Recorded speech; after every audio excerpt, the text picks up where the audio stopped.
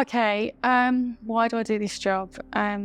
It's about seeing those young people develop into better people. I really invested a lot of time and energy into learning as much as I could about supporting children with additional needs. Setting up the foster care agencies, getting the right foster carers. For us, fostering is more than just housing a child. It's about including a little bit of who they are and where they've come from.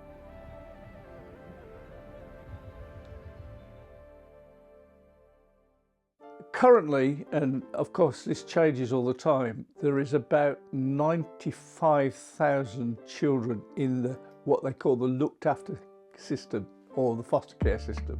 The government reckons we're going to be 8,000 foster carers short in the country, which is a dire thing, which is why I want you to foster.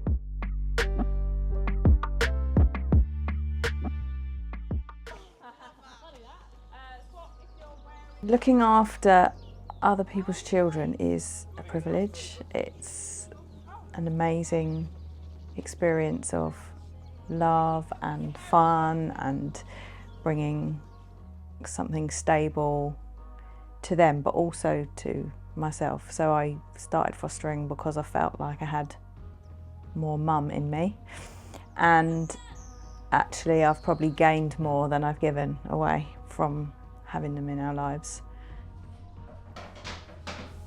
Having children who've come into care in your home, I think, changed your life. In lots of ways, they bring something different, something special themselves as they come into the family home, and the family dynamic, the family changes as a result of it. Foster children, I think, change things. It's not always easy, and it stretches your emotional stability yourself, but it's an amazing opportunity to give and include people in your family home. My dad had been abusive all my life, so I've had social workers in and out with me and my brother and my mum. Then my mum, my brother and I went to a safe house, which was the initial part of it. And then my mum wanted to get back with my dad, where we'd come back, then my mum was deemed fit to look after me or my brother, and then we got taken into foster care. I was very confused at the time when I was just told I was being put in foster care, because I had no idea what it was. It was such an alien thing to me entirely. And because I was so young as well, I didn't understand anything. All I just thought was, I'm going on a mini holiday away from mum and dad for a weekend. And then I grew up and it turned out that would be a lot longer than a weekend.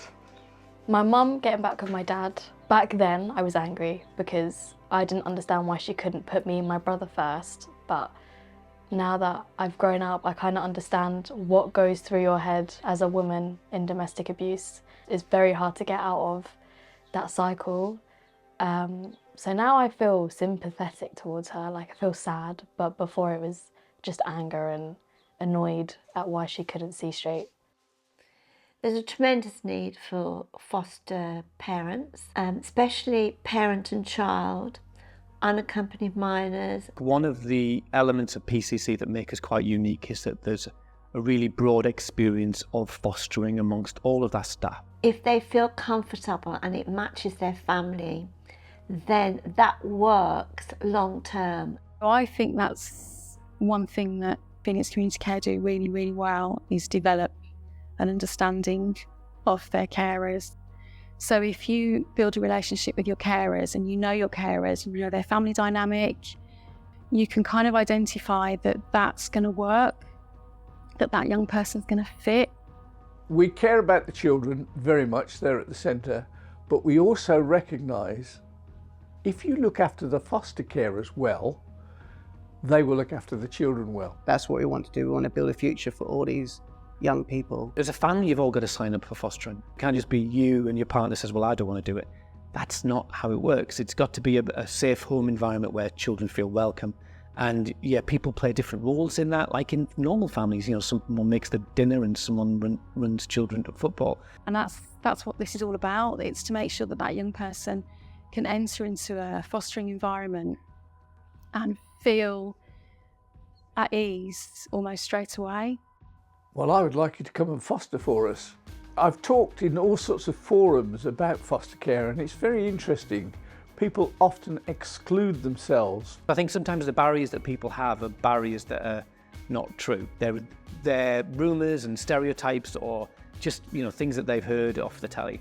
I've got a little phrase. I would love to foster, but I cannot because fill in the blank. Usually it's things like, well, I'm single, or I rent my house, and it's all sorts of things that people get that image that is going to exclude you. Do you know what the first question we ask for? If you say, I would like to foster, my first question that I will ask you is, do you have a spare room? But if you've got a spare room, you're already on the ladder for being eligible to become a foster carer.